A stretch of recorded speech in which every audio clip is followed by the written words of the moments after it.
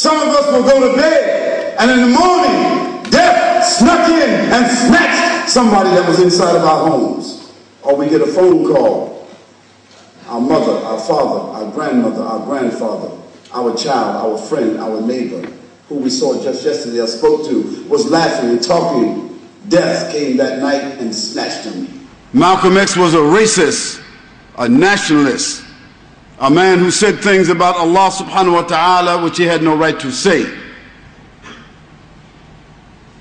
Yes, he was a reformed criminal, but even after he was reformed in his conduct, he was still saying things about Allah subhanahu wa ta'ala which he had no right to say, because Malcolm X was jahil. But the man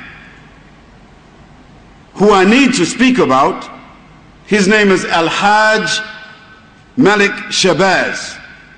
But we can't speak about him unless we come through Malcolm X. So let us be clear.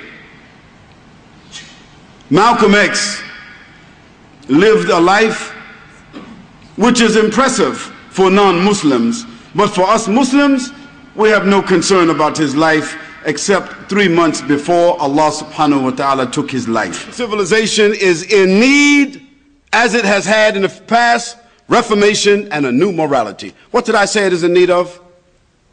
Reformation and a new morality. Here comes the Quran. This is the very presence, this is the very premise of the need of the Quran in modern civilization, because that was the need of the Quran 1500 years ago, and that is how the Quran brought forward a civilization that we are experiencing today. Now you might say to yourself, well, how did the Quran bring forward a civilization that we're experiencing today? We're going to discuss that. I'm going to qualify my statements, but keep this in mind. I'm saying to you that the basic thesis and answer whether the Quran can be applied in modern civilization, the basis of it is that the Quran is a book of revelation, it is a book of inspiration, and it is a book of legislation that if it is followed, it will reform the human being, it will reform the family, it will reform the society, it will reform the government, and it will reform the world. The woman that sleeps through the Fajr or doesn't perform her prayers, generally speaking, her family, they also will do the same. The woman who watches a lot of TV, her family will do the same. The woman that is selfish, she will raise a selfish family. The woman is the first university. What she teaches the family, in most cases, the family will never unlearn it. They will carry it the rest of their lives. Young people are dancing and drinking and drugging and fighting and stealing and creating problems so that the police have to come to the mosque or to their parents and say, you must control these children or otherwise we have to throw them into jail. You have a problem where the young people do not respect their parents. Young people don't want to stay home. Young people want to do what they feel like doing, and we cannot do anything about it. Because the young people have an identity crisis. They don't know who they are.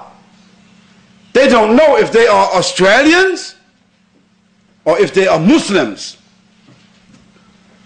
They have been to Australian schools, learned the Australian values and culture, but you have named them Ahmed, Fatima, Muhammad, so-and-so. You told them, don't do this. They don't know why not.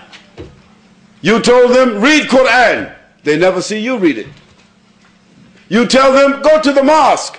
When they come to the mosque, they see nothing but a group of old men sitting down. It is not enough I'm Iraqi Muslim, Nigerian Muslim. No, now I have to be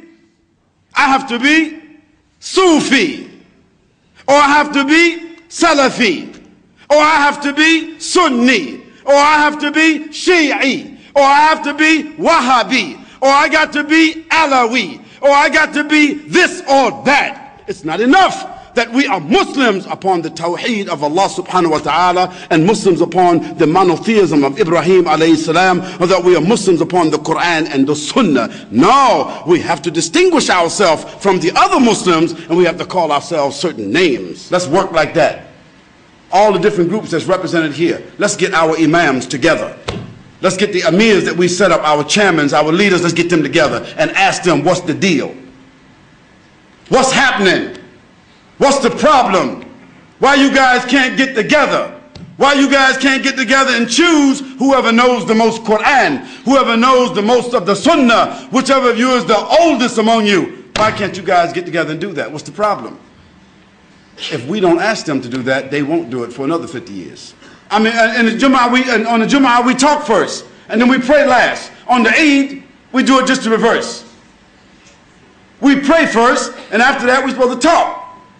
The Muslims, after the prayer's over, after the Imam do all the takbirs and all that, finish, he get up to talk, Muslims breaking out. They starting to barbecue, the kids running all around, the brothers are talking, everybody got on new clothes, the sisters walking all around, and the Imam, he talking, can't nobody hear him. Because the Muslims don't have no respect. If the Khatib of the Muslims had respect, he would tell everybody, everyone sit down. And they would be sitting just like this, and he could deliver to those 4,000, those 5,000 people as he's supposed to, but he cannot. You know, the Arabs, they don't like the Pakistanis. And the Pakistanis, they don't like the Arabs. You know, and the Africans don't like nobody.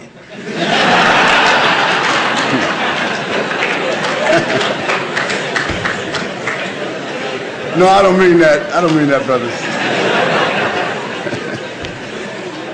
I could have switched it around. You know, I switch it around sometimes. So when you die, the moment that you die, and all of you will die, another part of the trip is over. And that part of the ticket is torn off and is gone. You will not return back to this life. Nobody has. La ilaha illallah Muhammad Rasulullah.